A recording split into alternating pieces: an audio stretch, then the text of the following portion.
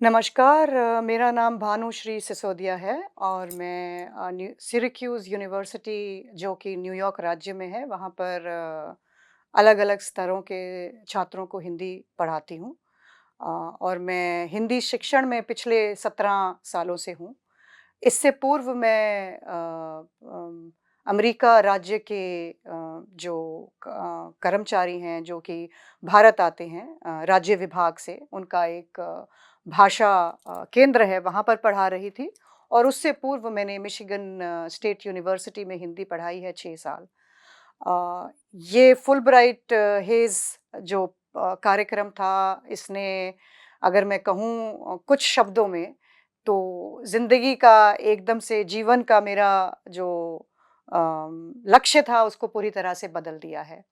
अ, मैं एक तरह से सबसे पहले शुरुआत में हमारे डायरेक्टर जो हैं युवा हिंदी संस्थान के श्री अशोक ओझा जी को, उनको अ, धन्यवाद देना चाहूँगी कि उन्होंने मुझे इस प्रोग्राम में, इस कार्यक्रम के लिए मेरा चुनाव किया और मैं उस समय ये नहीं जानती थी कि किस तरह ये प्रोग्राम पूरा मेरे शिक्षण में किस तरह से मेरे सोचने का जो तरीका है, जो सोचने का नज़रिया है, वो बदल देगा।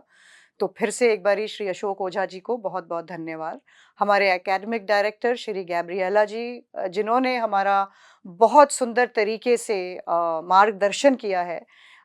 एक तरीके से नई सोच हमारे अंदर लाए हैं, जैसा हम सोचते थे और जैसा अब हम इस 1 महीने के बाद सोच के जा रहे हैं, उसमें बहुत हमने खुद में अपने अंदर परिवर्तन देखा है, तो गैब्रिएला जी को बहुत-बहुत धन्यवाद। हमारी जो टीम है जिसमें विनोद जी थे, मनोज जी थे और राजेश जी थे, उनको भी बहुत-बहुत धन्यवाद जिन्होंने एक तरीके से पूरा घर का हमें वातावरण दिया। यहाँ पर आके हर चीज़ का उन्होंने हमारा पूरी तरीके से ख़्याल रखा।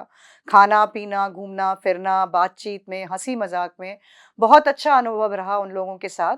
तो पहले इन सब लोगों का तहे दिल से हम धन्यवाद देना चाहेंगे कि इन्होंने हम सबका इतना अच्छा ख़्याल रखा।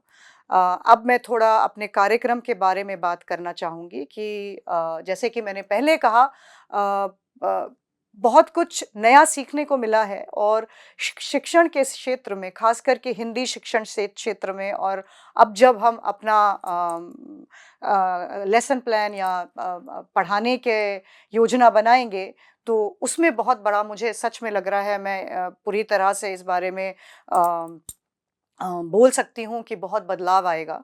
मैं पूरा तरीके से जितनी हमें जानकारी मिली है और जो हमें सामग्री मिली है, हम यहाँ पर आए थे सामग्री इकट्ठा करने लेकिन वापस जा रहे हैं, बहुत सारे नई सीख लेकर, जो कि अब हमारे पे एक ज़िम्मेदारी है कि हम इस सीख को अपने विद्यार्थियों में, जहाँ के भी वो विद्यार्थी हों, चाहे वो विश्वविद्यालय हो, चाहे वो छोटे बच्चे हों जो कि विद्यालय में पढ़ते हैं, 10 साल के, 15 साल के या फिर ये अमरीकी नागरिक हों, जिनको भारत की संस्कृति और कला के बारे में बताना बहुत ज़रूरी है, ताकि उनको एक नई जानकारी के साथ वो भारत को एक अच्छे तरीके से समझ पाएँ। तो मैं ये जानकारी लेके आगे पूरी कोशिश करूँगी कि ये जानकारी आगे लोगों को पूरी तरह से मैं दे पाऊँ। तीसरी चीज़ मैं अपनी पूरी ये जो यात्रा थी हमारी 1 महीने की, उसके बारे में थोड़ा बोल के अपने साक्षात्कार को समाप्त करना चाहूँगी। हमने अपनी यात्रा अजंता अलोरा से करी और उसके बाद हम कई अलग-अलग शहरों में घूमने के लिए गए अपनी टीम के साथ में। और फिर मैं यहाँ पे जोड़ना चाहूँगी कि श्री अशोक ओझा जी ने जिस तरह से प्रोग्राम का योजना बनाई थी और वो एक-एक कदम पर हमारे साथ चल रहे थे। शिक्षा विभाग को ये समझना बहुत ज़रूरी है कि देखिए किस तरह से वो पूरा हमें सहयोग दे रहे थे। वो चाहते तो वो हमारे साथ में हर यात्रा में, हर शहर में, हर संग्रहालय में हमारे साथ नहीं जाते, लेकिन उन्होंने पूरे टीम का बहुत ही पुरजोर तरीके से साथ दिया और मुझे ये बात बहुत दिल तक पहुँची है कि देखिए अशोक ओझा जी ने कोई कसर नहीं छोड़ी कि किस तरह से उन्होंने अपनी टीम का सहयोग दिया। अब तक हम जो जानते थे इन ऐतिहासिक स्थलों के बारे में, वो मैं कहती हूँ बिल्कुल ना के बराबर था। प्रोग्राम के सौजन्य से हमारे शिक्षा विभाग, अमेरिका के डिपार्टमेंट ऑफ एजुकेशन शिक्षा विभाग ने जो ये पूरा रूपरेखा बनाई है इस कार्यक्रम की, उससे मैं कहूँगी हम सारे 12 जो हमारे सहयोगी थे साथ में कार्यक्रम में, जो टीम में थे, उनका बहुत ज़्यादा फ़ायदा हुआ है। हम लोग ज़्यादातर नहीं जानते थे कि संस्कृति के बारे में इतनी जानकारी नहीं थी, लेकिन अब बहुत कुछ लेके जा रहे हैं। उसके अलावा जब हम लोग भोपाल गए, तो भोपाल में एक संग्रहालय था जो कि अलग-अलग जनजातियाँ, जो कि ख़ास करके मध्य प्रदेश की जनजातियाँ थी, गोंडल और झाबुआ और बहुत सारी अलग जनजातियाँ। उनके बारे में जब सीखा तो सच में मन में एक अजीब-सा प्रश्न उठ रहा था कि अभी तक हम भारत में रह रहे थे, तो इतनी जानकारी हमें क्यों नहीं प्राप्त हुई? लेकिन देर आए दुरुस्त आए जैसे कहते हैं। जब शुरुआत हो तब सवेरा।